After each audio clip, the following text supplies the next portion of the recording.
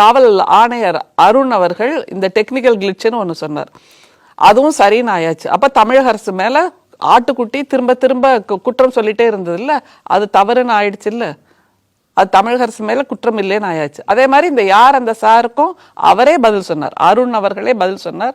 அந்த குற்றவாளி ஏரோப்ளேன் மோட்ல போட்டுட்டு தான் பேசினா, ஆனா அந்த பெண்ணை அச்சுறுத்துவதற்காக அதை செய்தான் அப்படின்னு யார் அந்த சாருக்கு அருண் அவர்களே பதில் சொல்லிவிட்டார். சோ இந்த விசாரணை இப்ப நடந்துட்டு இருக்கு. பின்னாடி இருக்கிறாங்க, அதை மறைக்கிறதுக்காக தான் இவங்க இப்படி பதில் சொல்லாம இருக்காங்க. திமுக அரசு கிட்ட சரியான பதில் இல்லை. இவ்வளவு பெரிய எதிர்கட்சிகள் தொடர்ந்து வரிசையா எதிர்கட்சிகள் போராட்டம் நடத்துறது, ஆனா இவங்கள்ட்ட பதில் இல்லை அப்படிங்கிறார் மாநில தலைவர். ஹைப்போதெட்டிக்கல் கேள்விகள், ஹைப்போதெட்டிக்கல் கேள்விக்கு நீங்க ஒரு ஏன் முதலமைச்சர் பதில் சொல்ல, துணை முதலமைச்சர் பதில் சொல்லல, மா சுப்பிரமணியன் அமைச்சர் பதில் சொல்லலன்னு கேக்குறாரு. நாங்க கேக்குறோம், ஏன் எதுக்குமே பிரதமர் பதில் சொல்லாம உட்கார்ந்துருக்காரு? ஒரு நாளாவது பிரதமர் மணிப்பூர் எந்த திசையில இருக்குன்னு போய் பார்த்தாரா?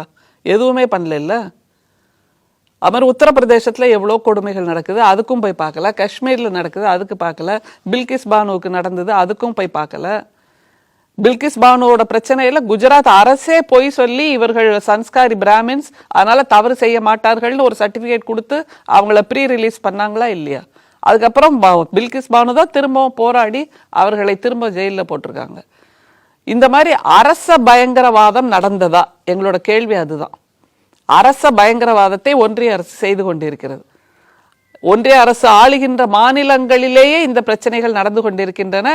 இந்த மாதிரி பாலியல் குற்றங்கள் செய்கின்றவர்களுக்கு எம்பி பதவி, எம்எல்ஏ பதவி எல்லாம் கொடுக்கிறார்கள் பிஜேபி ஆளுகின்ற மாநிலங்களில். அந்த மாதிரி அரச பயங்கரவாதம் இந்த பிரச்சனையில தமிழ்நாடு அரசு செய்ததா என்றால் இல்லை.